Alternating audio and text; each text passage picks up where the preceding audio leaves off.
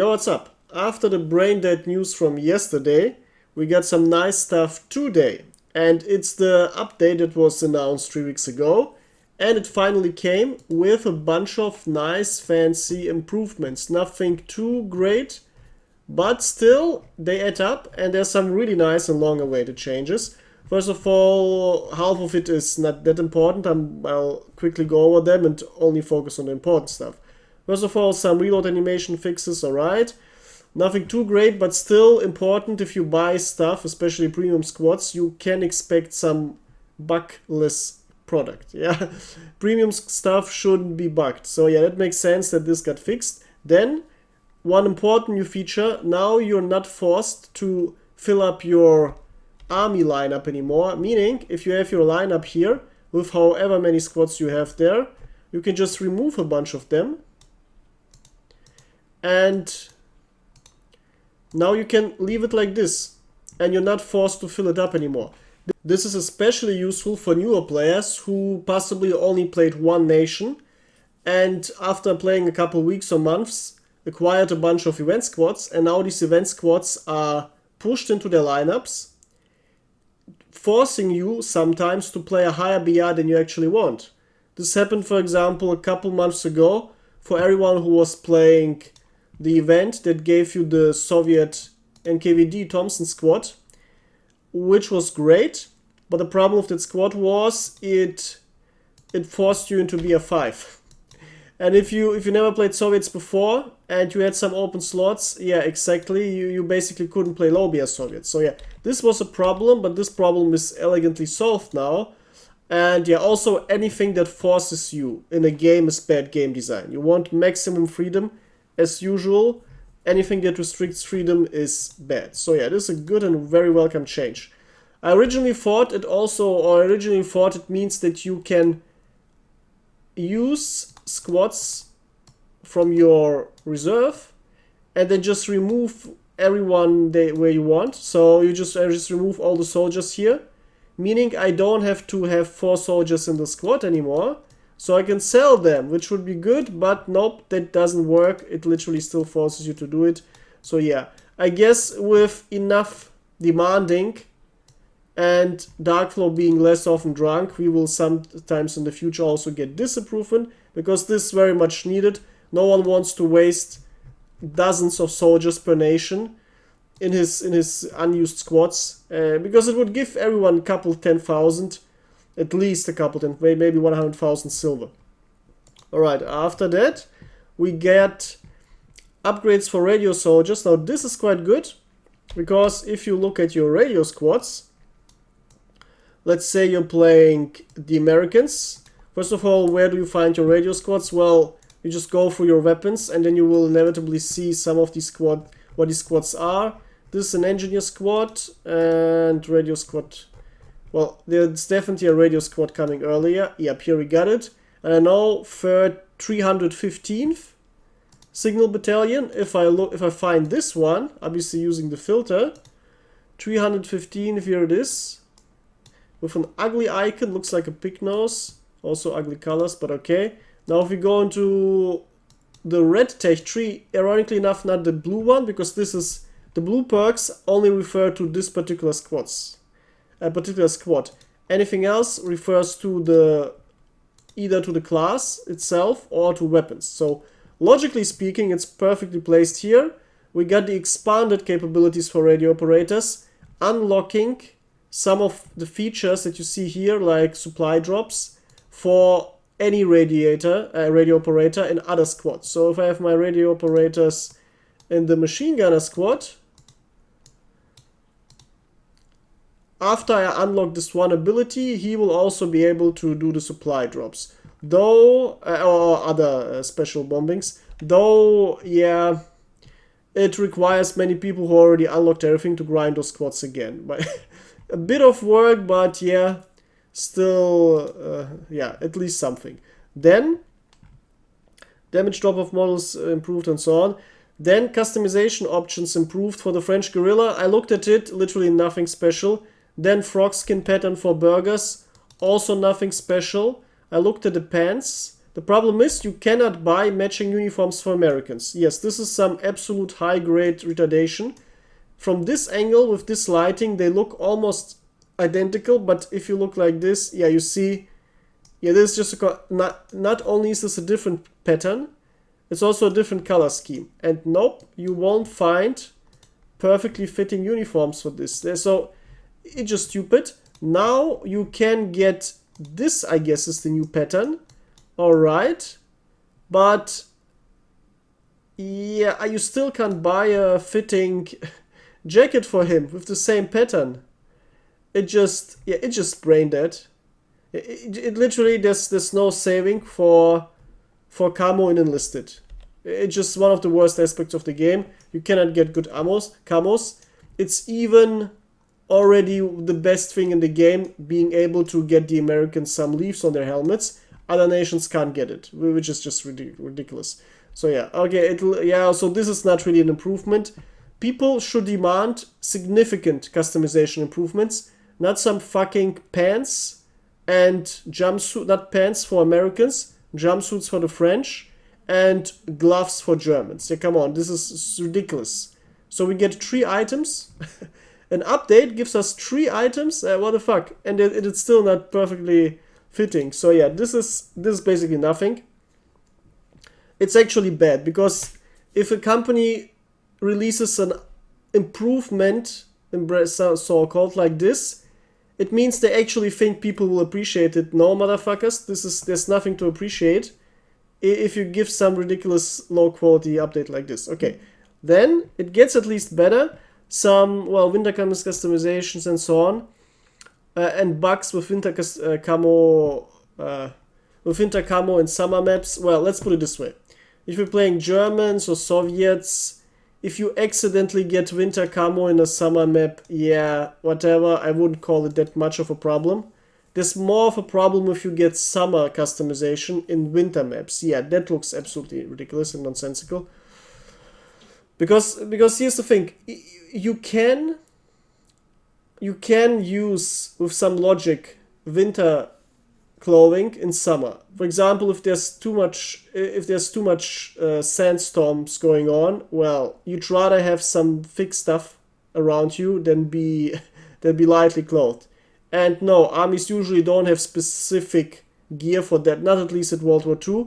They will just put on whatever they have, and this would usually be the thick clothing from the winter. So this isn't too much of a relevance, but okay.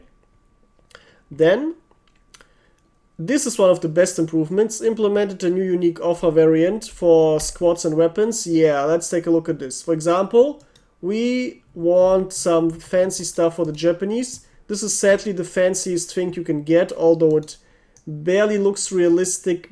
It looks like SpongeBob drew it, but okay. Well, problem is I can't test this squad because I have it. But if we go for the German tech tree, we can test some overrated weapons. For example, MG42. Well, this isn't overrated. It's actually...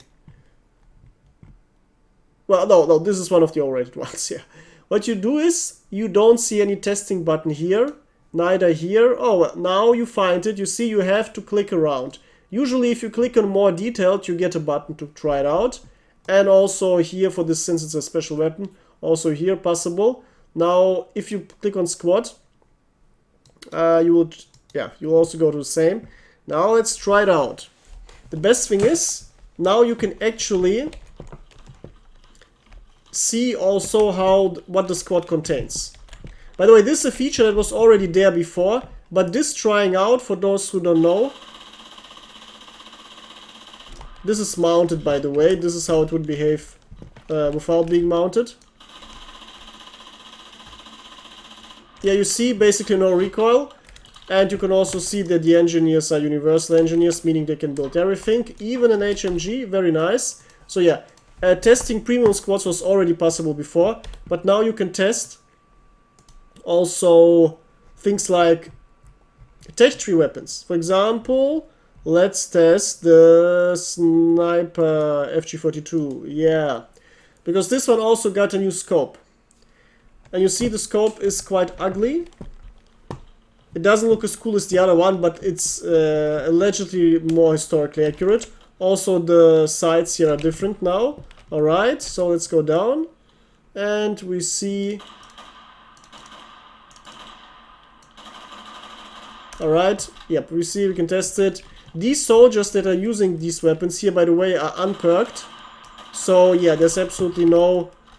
There's no recoil control like you would get it in... on your final squads that you play yourself, since these you usually perk properly. Also, if you want to compare this scope to this scope, yeah, it will be a different scope. Since this should be... oh, wait, no... Where? Yeah, this one is the one that the FG42 had earlier. Yeah, this is the scope that the FG42 used to have, I think. And if you look at the Sniper MKB, it has a 1.5 scope. Which is for most cases much better though, even, because yeah, you'd rather have the advantage on medium distances than using a semi-auto sniper rifle on long distances. Because the damage is just too small and the precision also isn't too good. Alright, now, yeah, you can test out the tech tree weapons. You can also go to the, which is actually really important, to the battle pass, testing out gold order weapons. Yes, this is what I've been waiting for. Now you won't see all the gold order weapons here for the Germans, since I bought, I think, 2 of them. So I can't buy them anymore. But we can go for the Japanese and test this thing here. Here's the problem, you don't see any button. You actually have to go in more detail to find the button. Yeah, this is stupid. There should be buttons everywhere, so you don't have to search. Every single additional click makes the chance for someone to buy something ridiculously less. Significantly less. Which is something Amazon found out 20 years ago, but apparently there's still some people who are too lazy to read marketing books. And get this absolute basic knowledge on how to design surfaces, alright? Yeah, this weapon has a very easy to control recoil. You see, you can literally keep the aim full auto on heads. Yeah, this weapon, yeah, if you like headshotting with your semi-auto, with your full auto SMGs, yeah, this is definitely a good thing. Yeah, this is a very welcome improvement. People should be able to test everything. Also, it makes it more fun to grind a nation, because now you can look at the tech tree and always try out the stuff that you see and test it. So yeah, really much welcome. Very fine. Also, if you go into just the weapon you have, you can also try it out. Yeah, which is, yeah, like at least here the try out button is quite quickly available. And you see, we don't even get the squad that we clicked on. We literally get the standard testing soldier. By the way, this squad is, well, the squad is fun. It's fancy. It's nothing too great, but it's at least more fun and better than a normal sniper squad on BR2, so yeah, quite a good thing. Also, as you can see, the graphics are better. I toned down to high graphics from Ultra because I kept being dropped down to 60 FPS. Now I have a FPS cap on 100, and depending on what's going on, I usually hit the 100, though sometimes I fall a bit lower. Since the update came out just today, you can expect it to be improved a bit in the next day, since there's usually some imperfect things going on. For example, here, yeah, I don't get 100. I only get 80. In the past months, I used to get 100 and even more than 100 on high. So, yeah, this possibly something to improve. But you can see the grass looks better than before. Also, we got some graphical improvements. Not only textures, but especially light. This is the next entry. Oh, the next. We got some shading improvements. As you can see from the thumbnail. Also in the forum post. Well, in Berlin maps especially, you can see the effect. If you have these cool stones underground, if you have like streets, especially if the streets are covered by rain, yeah, the graphics look significantly better. Very nice. Now here's one little secret, not really a secret, but it's lesser known. If you use graphics in Enlisted, they're optimized for medium. So if you go to options, if you go to medium, this is where the most graphics are optimized. You'd want to avoid low because the performance won't be much better than on medium. But the optimization will be worse. So medium is literally what you want to click on, never low. And ultra also isn't that much optimized, high is better optimized. If you want to make sure you get more FPS, you can FPS limit your performance. And here's the thing. Let's say your computer can on average reliably produce around 100. If you don't cap it, you will reach around 100, sometimes a bit higher, but very often lower. But if you cap it on 100, your computer knows to never calculate higher, so it will much more efficiently calculate, meaning you will more often hit 100 than if you didn't have the limit. So yeah, having a limit is very useful. Also, you should, even if your graphics card can produce more, you should never have a higher FPS number possible than what your screen can do. Most screens are kept at 144 Hz. Hertz is the refresh rate of the screen, and FPS is the computation. It's basically the same thing, but Hertz refers to screens, FPS refers to what your GPU calculates. And you never want to have, obviously, a higher Hertz number than what your screen can do. So for me, anything beyond 144 is impossible anyway. So it would be logical if my graphics card was very good to cap it at 144. Otherwise, it would be just stupid and I would just have a less fluid experience. So yeah, in that case, overall, I would say 100 is quite good. And another improvement we got is the tips here. As you can see, if you hover above the words, you get quite a good explanations. Yes, Darkflow finally noticed we're not in the 90s anymore, meaning you have to explain people these things. And now if some sweaty, fat 40-year-old My Little Pony fan says, oh, this is something every gamer should know. Well, there's a thing called new people, new players, children starting gaming, and they obviously don't know, so it helps them reading this. Also, I'm quite sure no one knows everything here. Yeah, so even if you know already everything, reading about it is, I guess, quite useful, because this makes sure you won't have any gaps in your understanding. Also, many technical details change over time, so yeah. Tooltips, always very much welcome, always good. Then, some vehicle improvements. The Soviet fighter plane MiG-3 got its ammunition increased to 400. Before today's update, it wouldn't tell us much, but now we can go into the tech tree and click on Try Out Vehicle, or more detailed, and once again Try Out Vehicle, and we will see. Well, what does it mean? Well, it means we have 400 bullets now and we can start spraying 200 of those. And we can also test these bullets, especially regarding their anti-tank capabilities. And we see, nope, these are pure HE bullets. This is, oh, careful.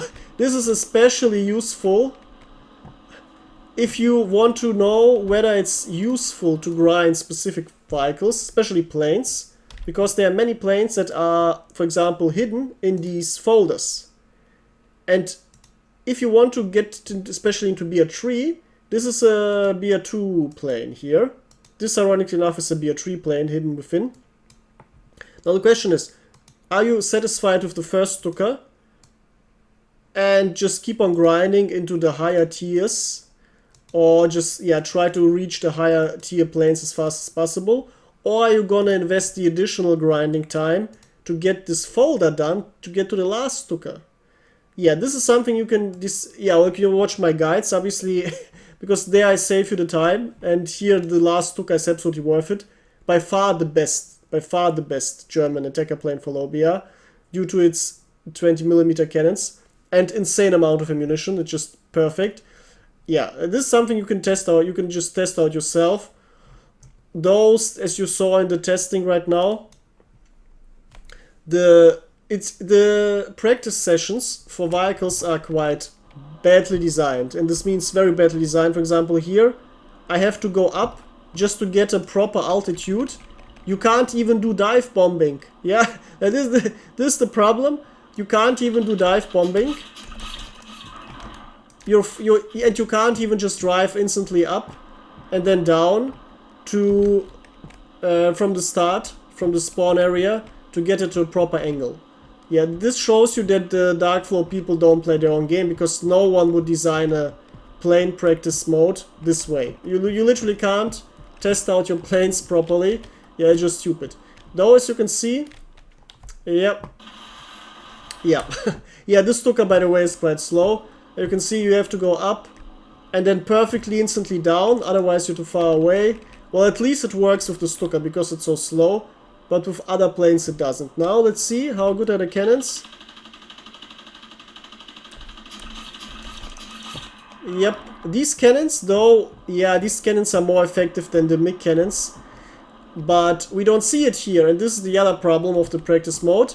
There's no one sitting in these tanks, and in normal games the chance for a tank to explode if there's infantry inside, especially infantry dying, is higher than if the tanks are empty. And here oftentimes what happens is that you blow up a tank almost, and then if you fly around for 2 more minutes you see that the tank explodes. And yeah, this is obviously bad for testing. Same is true for tanks. If you're testing tanks, the chance for a shell to blow up the whole crew and therefore trigger the explosion of the tank is much higher in real games than it is in the practice mode. Yeah, so whenever you drop some bombs here, you can expect them to be more effective in normal games than they are in the practice mode. Alright, so after this session we have basically everything covered. Besides that, well, some locations were improved, meaning spawn areas. There's another quite important change, though luckily this change will be reversed in the future, and it's the increased reinforcement penalty for dying in Conquest. This is very bad English for meaning if you die in Conquest, you will spend more tickets to respawn. Or even simpler, spawning in Conquest will cost more tickets in the future. Or it costs more tickets now with this update. Yeah, this is how you actually... Things need to be as simple as possible and as straightforward described and formulated as possible. And here you have just a horrible explanation. Well, what's the problem with this? Simple. Conquest used to be one of the worst game modes, one of the most hated game modes. Especially because the games felt completely retarded, not fun, absolutely unrealistic. No one in World War II would run around trying to hold a house and then run to the next house, hold it, and then go back, and that is just stupid. And due to the games being so short, you couldn't even have some fun like holding a house or building fortifications and deciding to stay on one objective and trying to defend it for the whole game. Yeah, this is when Conquest becomes actually fun. But it wasn't possible because the games were way too slow, way too fast. They ended way too quickly, usually around 10 minutes. Meaning every fortification building or building some really cool fancy rally points on far flanks barely paid off. It was just a running simulator and a shooting simulator, so low IQ gaming. Then, around the Regiv update 6 months ago, Conquest got significantly improved by giving it around almost like 50% more length. And then, wow, Conquest started being quite useful and fun. Okay, so far so good. But this change here now, if you have an increased ticket cost for spawning, means that the length literally just gets reduced again. But it's not the same thing, because this is even worse, since it directly affects the way Conquest is played. Because Conquest is fun if it's more about the objectives than about shooting. Meaning, you want to be strategic, you want to do things with the objectives, not just run around and shoot, but actually decide, oh, am I going to stay on the point and hold it? Or am I going to want to run around and try to shoot at people? And there are countless different deeper strategies involved in that. But if you increase the respawn tickets, it just means that dying has a bigger impact now than before, which already was quite big, and this means Conquest becomes less strategic and more about shooting people, which isn't that fun. Because it's literally like, okay, it's too close to other game modes now. So yeah, though some help by Darkflow said recently, that a couple hours ago, that this will be removed and reverted in the future, because apparently they found out how retarded this is. So many people complained, because yeah, it's absolutely logical. And once again, the old Gaijin problem, no one asked for this change. No one asked for this change. Alright, then some resolution improvements for console players. Then a little improvement for if someone is in a tank and leaves the battle, the tank slot, sometimes kept, or maybe always, was still blocked for a while. And, well, the tank didn't explode. Because tanks explodes after a while if it's empty, but it didn't. This was a problem. Now, if he leaves, the tank will be empty instantly, which is good, because this means two things. A, if you want, you can get into the tank and use it yourself. Very nice. Especially useful because sometimes if people have FPS problems, it's beneficial for them to get into a tank. Because then you usually, since you're moving much less around, or you can decide to move much less around, you're going to have a bit better FPS. So this is something that I'm doing quite often if I have bad internet. But, well, guess what? These people also have a high chance to get kicked out of the game due to connection problems.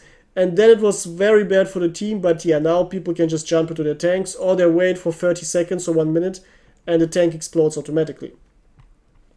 And then in custom-made matches, you could easily farm silver, battle hero, the medal rewards, without fulfilling the conditions. Now you can't do it anymore. Well, that makes sense. It was basically an oversight, or basically a bug. It's not an intended feature that was possible. And the last little fix, for those who didn't know, I also didn't know, I just heard it recently randomly. The Hori production, meaning the experimental tank that only 2 prototypes were ever built of for the Japanese. This tank had the problem that you could, if you jump on it with a soldier, you could walk through this metal part inside the tank. Yep, you literally walked into it. It disappeared in front of you, and then you could shoot up everyone inside the tank and then use it yourself.